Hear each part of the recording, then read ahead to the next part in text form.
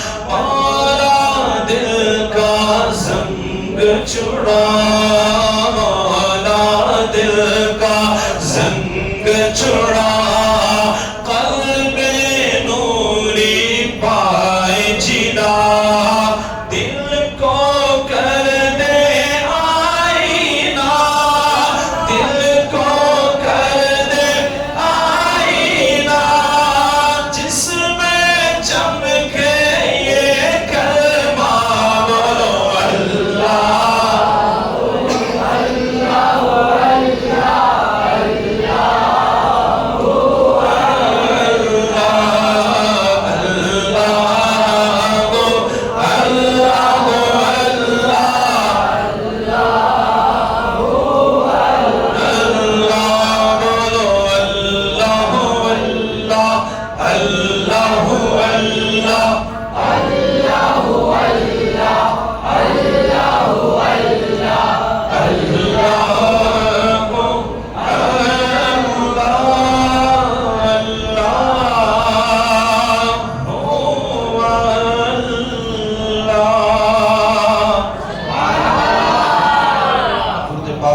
پیش فرمائے اللہم صلی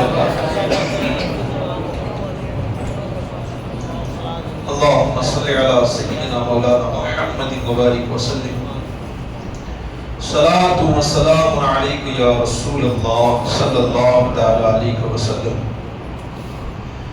قرآن کریم کی جو میں نے آیت کریمہ تلاوت کی ہے سورہ بقرہ کی وہ آیت طیبہ ہے، رب کریم ارشاد فرماتا ہے والذین آمنوا اشد حبا للہ، اور ایمان والوں کو اللہ کے برابر کسی کی محبت نہیں ہے۔ جو بندہ اللہ اور اس کے رسول پر ایمان لاتا ہے نا تو اللہ سے زیادہ ایمان والا کسی سے محبت کرتا، یہ رب قرآن میں کہتا ہے اشد، بالکل یعنی بہت زیادہ، والذین آمنوا اشد حبا للہ، ایمان والا سب سے زیادہ اللہ سے پیار کرتا ہے، اس کے علاوہ اس سے کسی سے پیار ہوتا نہیں۔ میں ایک مثال دے کے آپ کو سمجھاؤں، جیسے اللہ تبارک و تعالیٰ نے ہمارے سینے میں ایک دل بنایا، کدھر آپ کو معلوم ہے؟ کئی لوگ اس میں بہت کنفیوز ہے، کوئی ادھر کہہ رہا ہے، کوئی بتائے دل کدھر ہوتا ہے؟ ہاں، اللہ نے ایک دل بنایا، اور اللہ قرآن میں بھی کہہ رہا ہے کہ اللہ نے دل دو نہیں بنائے، کتنے بنائے؟ ایک دل بنایا۔ اب اس ایک دل کے اندر باپ کی بھی محبت ہے، ماں کی بھی محبت ہے، اولاد کی بھی محبت ہے، بھائیوں کی بھی محبت ہے، اپنی بیوی اپنے بچوں کی بھی محبت ہے، مال کی بھی محبت ہے، اپنی نوکری کی بھی اس میں فکر اور پیار ہے، اور اسی دل میں اللہ اور اس کے رسول کی بھی۔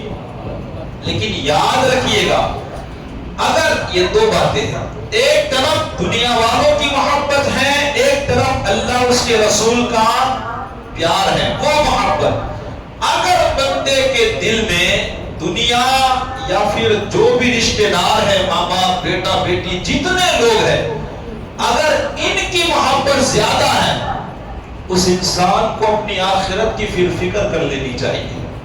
اور اگر اللہ اس کے رسول کی محبت زیادہ ہے اولاد کی محبت کے بنسبت، تو سمجھ لینا چاہیے کہ وہ دنیا میں بھی کامیاب اور آخرت میں بھی کامیاب۔ ایک میں موٹی مثال دے کر سمجھانے کی کوشش کروں۔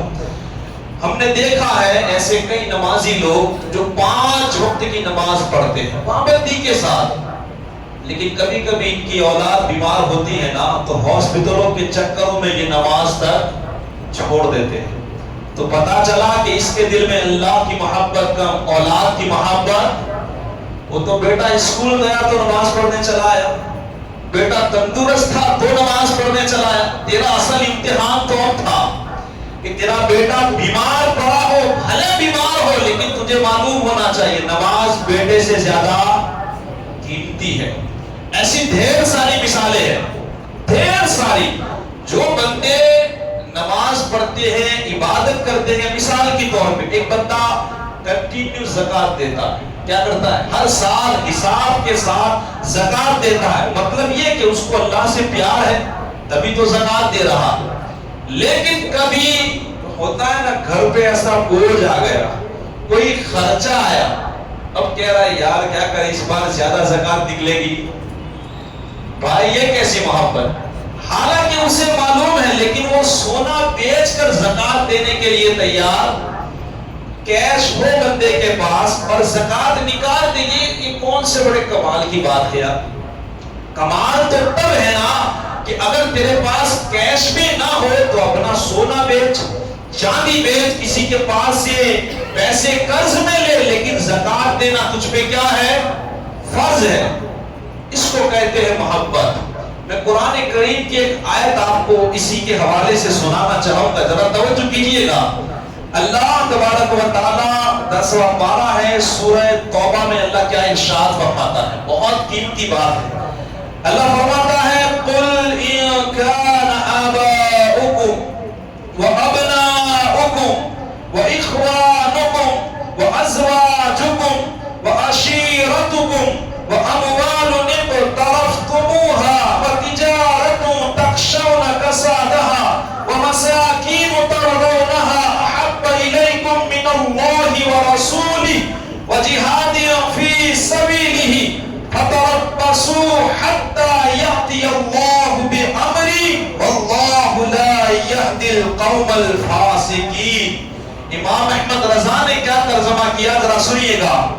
کہتے ہیں اللہ فرماتا ہے قل اے محبوب آپ فرما دیجئے, کیا فرمانا ہے؟ ان کان آباؤکم تمہارے باپ, وابناؤکم اور تمہارے بیٹے, واخوانکم اور تمہارے بھائی, وازواجکم اور تمہاری عورتیں, تمہاری بیویاں, وعشیرتکم اور تمہارے رشتہ دار, واموال اقترفتموها اور تمہاری کمائی کے مال جو تم نے اکٹھا کیے ہیں,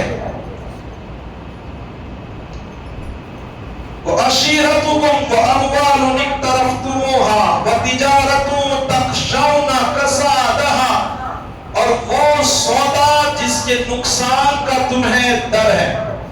اللہ تبارک و تعالیٰ نے یہ ساری چیزیں گنائی اور گنانے کے بعد جانتے ہو اللہ کیا فرماتا ہے؟ اللہ نے کہا تمہارے باپ, تمہارے بیٹے, تمہارے بھائی, تمہارے رشتہ دار, تمہارے پسندیدہ مکان اور تمہاری کمائی. اس کے بعد اللہ نے ارشاد فرمایا احب الیکم من اللہ ورسولہ وجہاد فی سبیلہ, یہ چیزیں اللہ اور اس کے رسول اور اس کی راہ میں لڑنے سے زیادہ پیاری ہو. کیا ہو؟ یہ جتنی چیزیں گنائی اگر اللہ اور اس کے رسول کی راہ میں لڑنے سے اگر تمہیں زیادہ پیاری ہے تو اللہ فرماتا ہے میرا فیصلہ سنیں. اللہ فرماتا ہے فتربصوا حتی یأتی اللہ بأمری, تو پھر میرے حکم کا انتظار کرو. کیا کرنا ہے؟ اللہ فرما رہا ہے تو راستہ دیکھو, انتظار کرو یہاں تک کہ اللہ کا کوئی حکم نازل ہو جائے. اور آگے اللہ نے کہا واللہ لا یہدی القوم الفاسقین, مگر یاد رکھنا اللہ فاسقوں کو کبھی ہدایت دیتا نہیں ہے. تو اس آیت کریمہ سے ہم نے کیا سیکھا؟ یہی کہ آقا کریم صلی اللہ علیہ وسلم کے حدیث پاک سن لے. حضور فرماتے ہیں کہ لا یؤمن احدکم حتی اکون احب الیہ من والدہ وولدہ والناس اجمعین. بندہ اس وقت تک مومن ہی نہیں جب تک ماں باپ سے زیادہ, اولاد سے زیادہ, رشتہ داری سے زیادہ, اور ایک حدیث میں تو یہاں تک کہا کہ اپنی جان سے زیادہ اللہ اس کے رسول سے محبت نہ کرے. بندہ کیا نہیں ہے؟ مومن ہی نہیں ہے. وہ پوری زندگی بھلے نہ چیختا رہے, چلاتا رہے میں مومن ہوں, میں مومن ہوں, میں مسلمان ہوں, میں مومن ہوں, لیکن حضور نے اور قرآن کی اس آیت نے نے بتایا کہ اگر تمہیں یہ اپنے رشتہ دار پیارے ہیں، اپنی اولاد پیاری ہے، اپنی جان سے بھی زیادہ اگر تم اللہ اس کے رسول سے محبت نہیں کر سکتے تو سمجھ لو کہ تم مومن نہیں ہو۔ اسی لیے آقا کریم صلی اللہ علیہ وسلم کی آپ زندگی کا مطالعہ کریں، حضور اللہ سے یہ دعا کیا کرتے تھے کہ اے اللہ تو مجھے اپنی محبت عطا فرما۔ حضور کیا دعا کرتے تھے؟ اللہ کیا ہم نے کبھی دعا کی ہے؟ مال کی، نوکری کی، بچوں کی تو ڈھیر ساری دعاؤں کو ہم نے ذخیرہ بنا لیا ہے۔ کیا کبھی اس طرح بھی اللہ کی بارگاہ میں کبھی دعا مانگی ہے کہ اے اللہ تو مجھے اپنی محبت عطا فرما؟ میں حضور صلی اللہ علیہ وسلم کی بات سناؤں، آقا ارشاد فرماتے ہیں اے اللہ تو مجھے اپنی محبت عطا فرما، اور تو جس سے محبت کرتا ہے اس کی بھی محبت میرے دل میں عطا فرما، اور اے اللہ جو چیز مجھے تیرے قریب کر دے مجھے اس کی بھی۔ کتنی پیاری دعا ہے۔ آقا کریم صلی اللہ علیہ وسلم نے اسی لیے ہمیں یہ تعلیم فرمائی، اے لوگو اللہ سے محبت کرو اس لیے کہ وہ تمہیں نعمتیں دیتا ہے، اس لیے محبت کرنی ہے۔ اور نعمتوں کے بارے میں اللہ خود ارشاد فرماتا ہے میں نے تمہیں اتنی نعمتیں دی ہیں تم گننا چاہو گے پھر بھی گن نہیں سکتے۔ آقا کریم صلی اللہ علیہ وسلم فرماتے ہیں اے لوگو اللہ سے محبت کرو اس لیے کہ اس نے تمہیں آنکھ عطا فرمائی ہے جس سے تم دنیا کا نظارہ کرتے ہو۔ اے لوگو اللہ سے محبت کرو جس نے تمہیں کان عطا فرمائے ہیں جس سے تم آذانیں سنا کرتے ہو۔ اے لوگو اللہ سے محبت کرو اس لیے کہ تمہیں اللہ نے زبان دی ہے جس سے تم قرآن کی تلاوت کیا کرتے ہو۔ اے لوگو اللہ سے محبت کرو جس نے تمہیں دین دیا تاکہ تم کام کرو اور رات دی تاکہ تم آرام کرو۔ اے لوگو اللہ سے محبت کرو جس نے تمہارے لیے آسمان سے پانی برسایا ہے اور زمین سے پیڑ پودے سبزیوں کو اگایا ہے۔ اے لوگو اللہ سے محبت کرو جس نے تمہارے لیے چاند سورج اور ستاروں کو بنایا ہے۔ اے لوگو اللہ سے محبت کرو جس نے تم کو اولاد دی ہے، جس نے تم کو رشتہ داری دی ہے، جس نے تم کو ماں باپ دیے ہیں۔ اے لوگو اللہ سے محبت کرو جو تمہاری ایک ایک سانس کے اوپر حفاظت فرماتا ہے۔ ایک ایک سانس کے اوپر اگر ایک سانس بندہ لے لے اور اگر اللہ اسے چھوڑ دینا تو اسے موت سے کوئی بچا نہیں سکتا ہے۔ اے لوگوں اس خدا سے پیار کرو جس نے تمہیں اتنی ساری نعمتیں عطا فرمائی، اور آگے حضور فرماتے ہیں اے لوگوں مجھ سے محبت کرو اس لیے کہ میرے صدقے میں اللہ نے تمہیں نعمتیں عطا فرمائی ہے۔ مجھ سے محبت کرو اس لیے کہ مجھ سے سب سے زیادہ خدا پیار کرتا ہے۔ اگر آج ہمیں خدا ملا تو مدینے والے کا صدقہ ہے۔ ایک صحابی کرام جب سنا کہ حضور کہہ رہے ہیں کہ اللہ سے پیار کرو اللہ کے رسول سے پیار کرو تو آگے بڑھے اور آگے بڑھ کر کے کہا کہ یا رسول اللہ صلی اللہ علیہ وسلم مجھے آپ سے بڑی محبت ہے، میں آپ سے پیار کرتا ہوں۔ آقا کریم صلی اللہ علیہ وسلم نے ارشاد فرمایا اگر مجھ سے پیار ہے تو پھر فقر کے لیے تیار ہو جا، فاقہ کشی کے لیے تیار ہو جا۔ اس نے پلٹ کے ایک جملہ اور کہا کہ یا رسول اللہ صلی اللہ علیہ وسلم میں اللہ سے بھی پیار کرتا ہوں، اللہ سے بڑی محبت کرتا ہوں۔ تو آقا کریم صلی اللہ علیہ وسلم فرماتے ہیں پھر آزمائش کے لیے تیار ہو جا۔ اس بات پہ ذرا غور کیجئے گا، کس کے لیے تیار ہو جا؟ آزمائش کے لیے۔ مطلب کہ جو بندہ اللہ سے پیار کرے گا اور اگر اللہ اس سے پیار کرنے لگا تو دنیا میں وہ عیش و آرام سے نہیں رہ سکتا ہے، اس کی آزمائش زیادہ ہوگی۔ آزمائش کے لیے تو تیار ہو جا۔ علامہ ڈاکٹر اقبال نے کہا ہے نا کہ شہادت گاہ ہے الفت میں قدم رکھنا، لوگ آسان سمجھتے ہیں مسلمان ہونا۔ ایک صحابی رسول ہے حضرت سیدنا مصعب بن عمیر رضی اللہ تعالیٰ۔ ہمارا جو درس ہوتا ہے اس میں ابھی صحابہ کا ذکر چل رہا ہے، 26ویں صحابی کا ذکر شروع ہے۔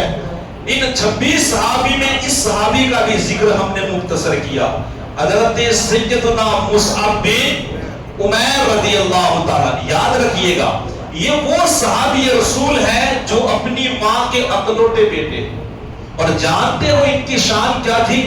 جب مدینے میں، جب مکے میں یہ گلیوں سے گزر جاتے نا تو لوگوں کو پتا چل جاتا کہ یہاں سے مصعب گزرا ہے۔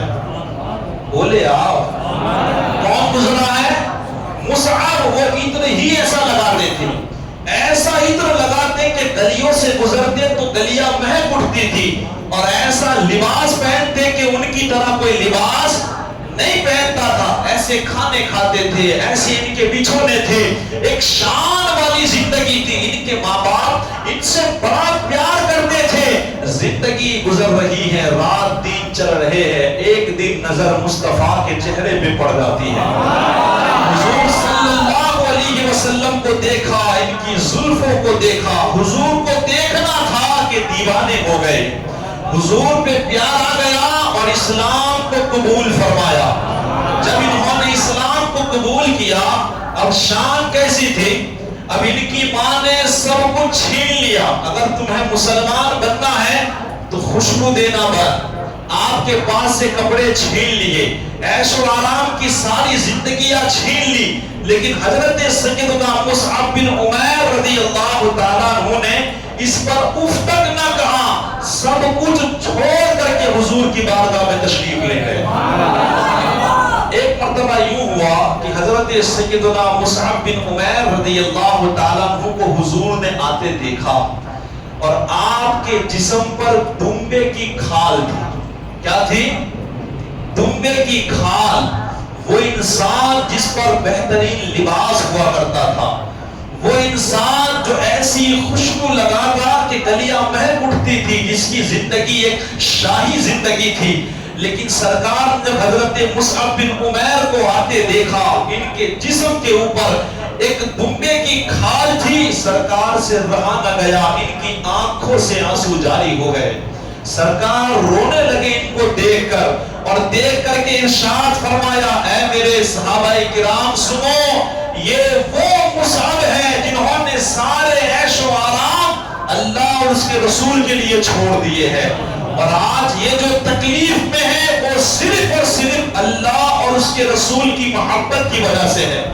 مسلمان ہونا کوئی آسان کام نہیں ہے، لیکن آپ تھوڑی دیر کے لیے غور کریں، یار وہ مصعب تھے جنہوں نے اللہ اور اس کے رسول کی محبت کے اندر قیمتی لباس چھوڑ دیا، اللہ اس کے رسول کی محبت کے اندر قیمتی خوشبو کو چھوڑ دیا، اللہ اس کے رسول کی محبت کے اندر سارے عیش و آرام چھوڑ دیے، اللہ اس کے رسول کی محبت کے اندر اپنے ماں باپ کو چھوڑ دیا۔ آج ہم محبت کا دعویٰ کرتے ہیں، بتائیں ہم نے اللہ اس کے رسول کے لیے کیا چھوڑا ہے؟ کیا چھوڑا ہے؟ ارے یار ہمیں باہر بیٹھنا پسند ہے، تھوڑی دیر مسجد میں آ کر بیٹھنے کے لیے ہم تیار نہیں ہیں، تھوڑی دیر کے لیے حضور کا ذکر سننے کے لیے تیار نہیں۔ بتائے کیا ہم نے اللہ اس کے رسول کی محبت کی خاطر کیا کبھی گناہ چھوڑا ہے؟ کیا کبھی سیریلیں چھوڑی ہے؟ کیا کبھی فلمیں ڈرامے چھوڑے ہیں؟ کیا کبھی شراب چھوڑی ہے؟ کیا کبھی جوا چھوڑا ہے؟ کیا کبھی ناچ گانا چھوڑا ہے؟ کیا کبھی غلط نگاہ اٹھانا چھوڑ دیا؟ بتائے گانا سننا چھوڑ دیا ہے؟ آج ہم اپنا فون چیک کریں، کتنے گانے اور فلمیں اس میں پڑی ہے؟ کیا کبھی اللہ اس کے رسول کی محبت میں ہم نے یہ سب ڈیلیٹ کر دیا ہے؟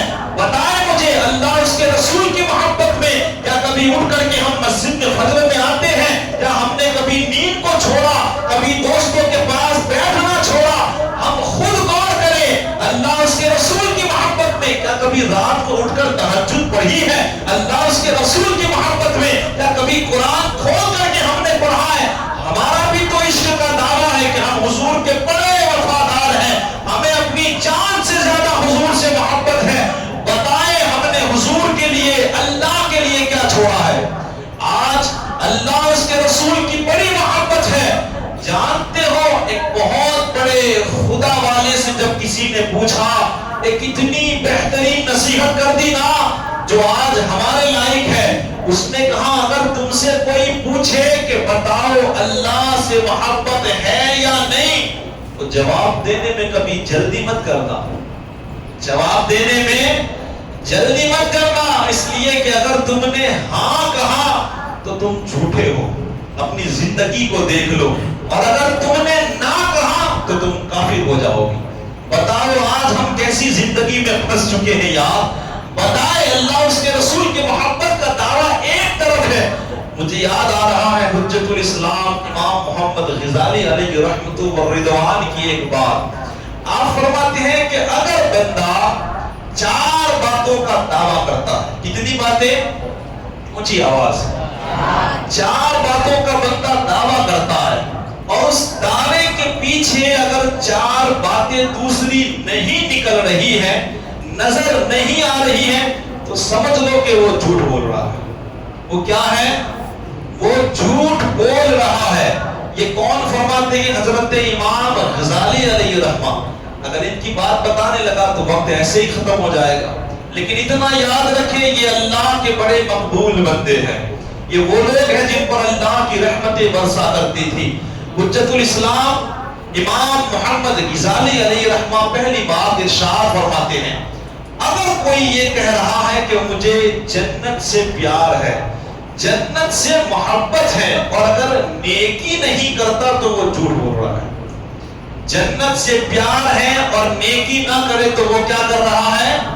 وہ اپنے دعوے میں جھوٹا ہے۔ اس لیے کہ آپ قرآن پڑھ کر کے دیکھیں، جنت کی خوشخبری اللہ نے ان لوگوں کو سنائی ہے جو ایمان لائے ہیں اور نیکیاں کرتے ہیں۔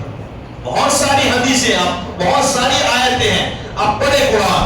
میں ایک آیت پڑھوں، اللہ ارشاد فرماتا ہے وَبَشِّرِ الَّذِينَ آمَنُوا وَعَمِلُوا الصَّالِحَاتِ أَنَّ لَهُمْ جَنَّاتٍ تَجْرِي مِن تَحْتِهَا الْأَنْهَارُ۔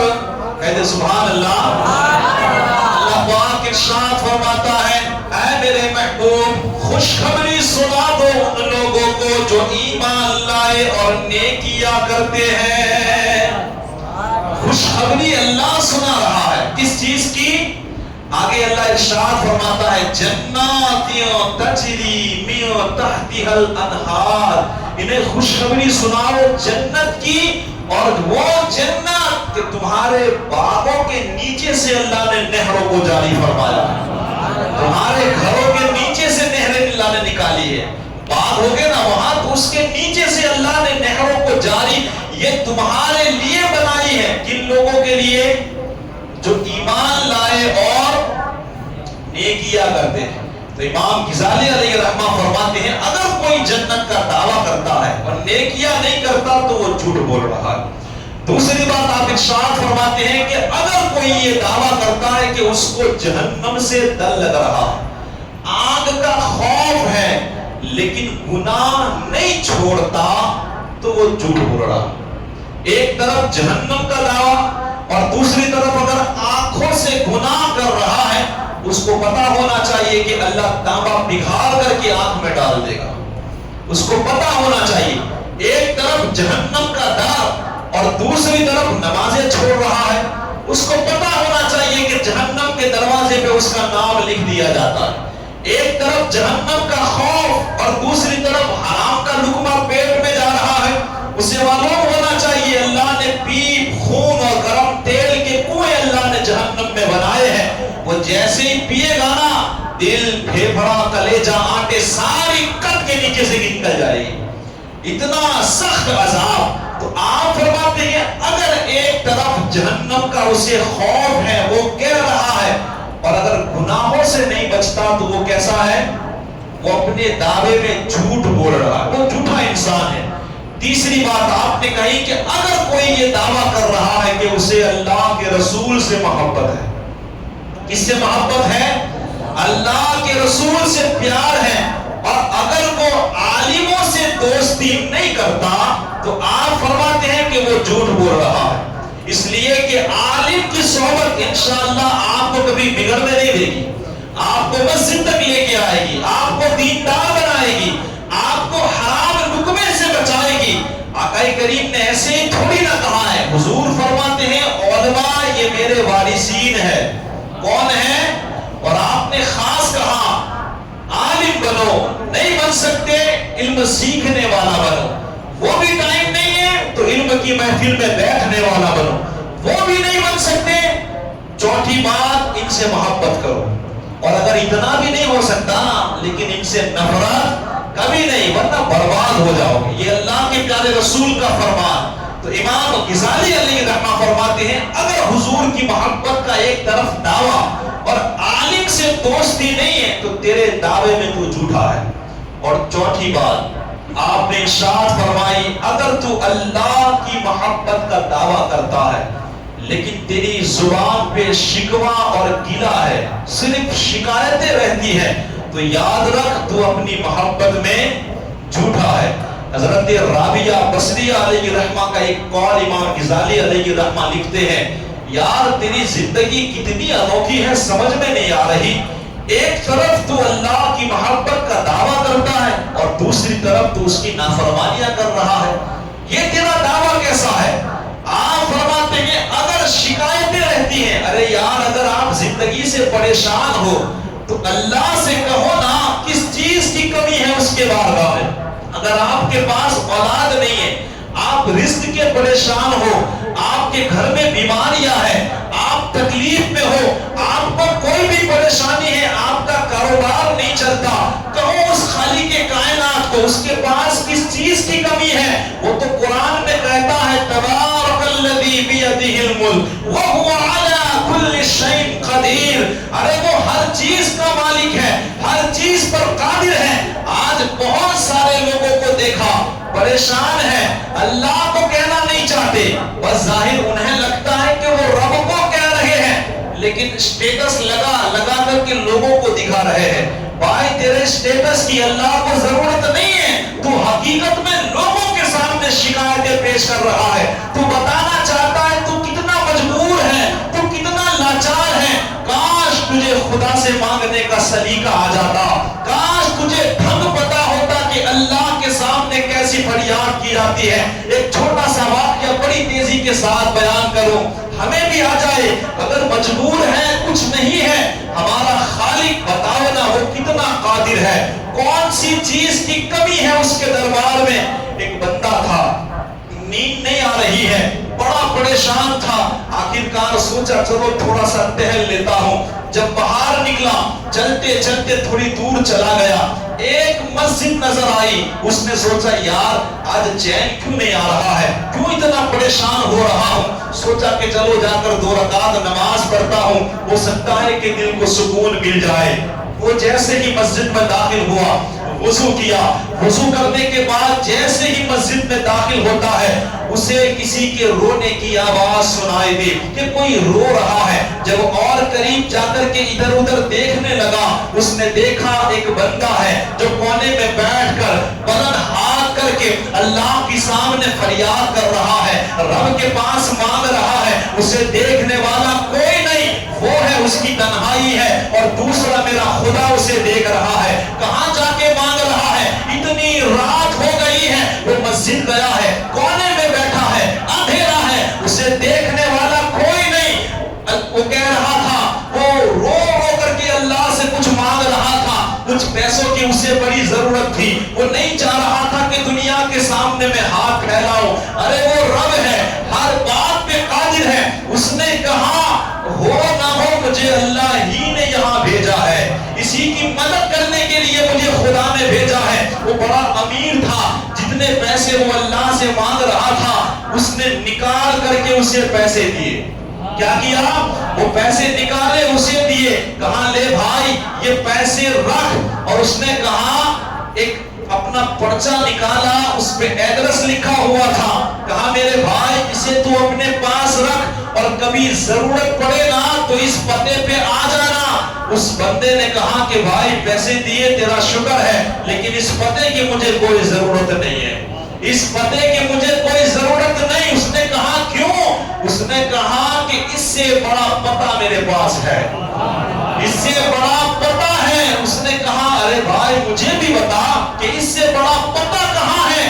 وہ بندہ کہہ رہا ہے یہ وہی پتہ ہے جس نے تجھے یہاں تک بھیج دیا ہے۔ اتنی تنہائیوں میں ارے تم مانگ کر کے تو دیکھ، اس کی بارگاہ میں کس چیز کی کمی ہے؟ مانگ اگر کسی چیز پر آپ مجبور ہیں، کوئی چیز چاہیے، اٹھے رات کر کے وضو کرے، مصلی بچھائے، صرف آپ جانو، آپ کا رب جانے کہ آپ کیا مانگ رہے ہیں۔ یاد رکھے پوری دنیا سو سکتی ہے، میرا رب سونے سے پاک ہے، کوئی نہیں دیکھتا آپ کو، کوئی بات نہیں، لیکن تمہارا رب دیکھ رہا ہے۔ وہ ساری دنیا کو کھلاتا ہے مگر خود کھانے سے پاک، وہ ساری دنیا کو پلاتا ہے مگر خود پینے سے پاک، وہ ساری دنیا کو اولاد دیتا ہے مگر خود اولاد سے پاک، اس نے ساری دنیا کو ماں باپ دیے مگر خود ماں باپ سے پاک، وہ ساری دنیا کو میٹھی نیند سلاتا ہے مگر خود سونے سے۔ تنہائیوں میں کبھی مانگ کر کے تو دیکھو، اسٹیٹس پہ لگا کے لوگ رب کو سناتے ہیں۔ میرے بھائی کاش ہم مانگنے کا ڈھنگ سیکھ لیتے، باتیں بہت ساری ہیں لیکن وقت میں گنجائش نہیں ہے۔ ایک آخری بات کہہ کے اپنی بات کو میں سمیٹ دوں گا، یاد رکھے اگر رب مدد کرنا چاہے نا تو اسے کوئی روک سکتا کوئی نہیں۔ ایک میں نے خبر پڑھی تھی، یاد دیکھے اللہ اگر مدد کرنا چاہے تو کس طرح مدد کر دیتا ہے۔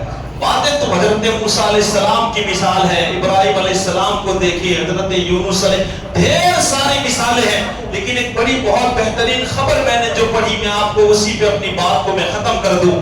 ایک بڑھیا تھی، ایک گاؤں میں رہتی تھی، سنا ہے کہ اس کو ایسی بیماری تھی کہ ایک بہت بڑا ڈاکٹر تھا، وہی علاج کر سکتا تھا، لیکن اس کی فیس بہت زیادہ تھی، بہت زیادہ۔ اب لوگ کہہ رہے تھے کہ تو اس ڈاکٹر کے پاس چلی جا، وہ کہتی ہے کہ میرے پاس اتنے پیسے نہیں ہیں، میں مجبور ہوں۔